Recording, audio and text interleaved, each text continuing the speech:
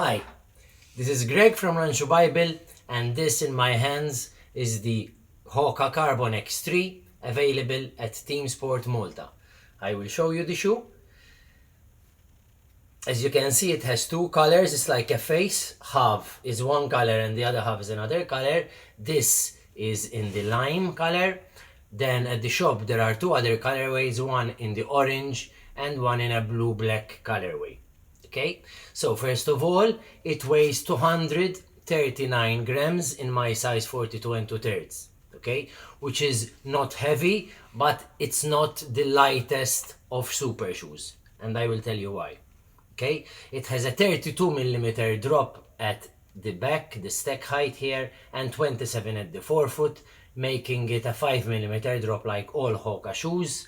Okay, and I will now talk, before I come to the conclusion of what this shoe is for and who it is appropriate to. Okay, first of all, I ran a lot in this shoe. I got it on the 15th of June, and the first 10 days I ran solely in this shoe, and it never happened to me. Okay, so I'm in love with this shoe. First I walked in it, I thought it was a bit hard, but then I ran in it and it changed my perception of the shoe. Okay, let me start with the upper. Okay, it's made of Flyknit, as you can see, this Flyknit, which is breathable but not the most breathable Flyknit ever produced. Okay, it is a little bit, just a bit stretchy, but not very stretchable. Okay, and it is quite a particular upper, in the sense that you need to play a bit around. Okay, as you can see here, the forward part of the shoe, I tied a lot the laces because I had some heel slippage at the back there, and it's not what you want in a shoe. Okay, so when I tied the laces, it got better, but then I used another system that I usually use when I have some heel slippage in a shoe, that is thick socks. All right, so with socks I corrected the issue instantly. Okay, at the back there you can see 1, 2 like round cushions to keep your heel locked in there, so that's good as well. Okay, and at the back there's this Achilles flare going back, okay, that you don't feel it never rubbing with your Achilles. It has some construction at the back, okay, that makes the shoe quite stable as an upper. It's not, okay, the best of uppers, and if I would find one negative point of this shoe, it might be the upper. But now let's move to the midsole of the shoe. It's made of Pro Fly X. You can see it written there, okay? And this is the first time that Hoka went for a super critical foam. Instead of the normal conventional EVA that they always used, they went for this super critical foam. As you can see, okay, it's very like rubbery squishy, okay? And it's the first time that Hoka raised the bar in a midsole. I won't go beating around the bush.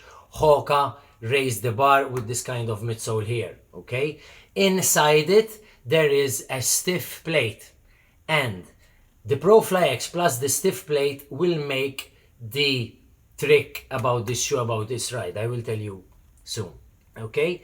Now, as you can see, the back, it has a bevel there. Okay, it has a swallowtail with a bevel as well, having a rocker geometry, and makes it more stable, okay, to help you go in the best direction you can and in an efficient way. The outsole, last but not least, is made all of rubberized EVA, okay?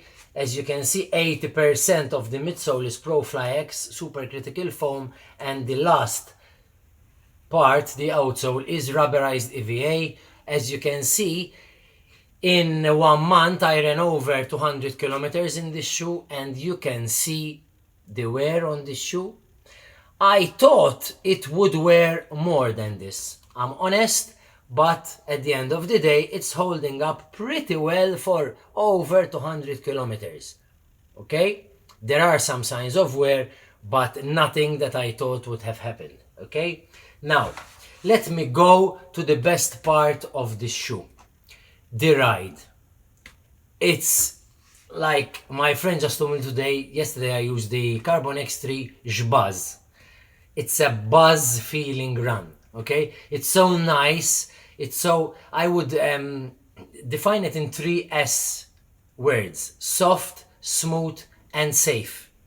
Okay? It has a soft landing, so it's very good on your legs, and that's why it's an ultra distance marathon shoe. This is marketed as ultra distance. What is ultra distance? 50 kilometers or more, 40 kilometers or more.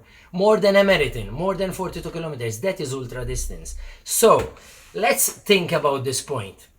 Let's make some sense out of it. If this shoe is good for ultra distance, it means that it's good on your feet for a big amount of distance, for a huge amount of distance. So if it's good for ultra distance, it's surely good for a 12-15 kilometer. And I can assure you that on my feet, it's like butter. It's so sweet.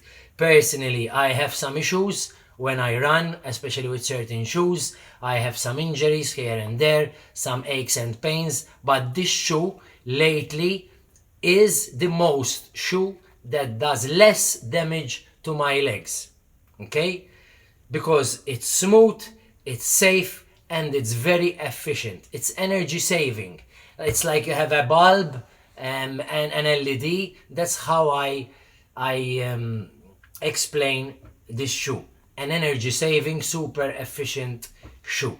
It is a super shoe because it has a carbon plate. Would you race in it? You can race in it. There are faster, more aggressive options. But this is not that kind of shoe. In my opinion, this is a very versatile shoe that you can use for your daily training. If you want to go for an easy run, I ran easy miles in this shoe and it can take them very well. You can go for a tempo run, you can pick up the pace, and the carbon plate plus the supercritical foam will give you that energy turn you want. Not super return, not that trampoline-like. No, but it's a smooth, efficient ride that I really, really like. And that's why it's dirty, because I've done over 200 kilometers in this shoe since the 15th of June. Okay? I hope you enjoyed my review of the Carbon X3. In the meantime, keep running, stay safe, and see you soon.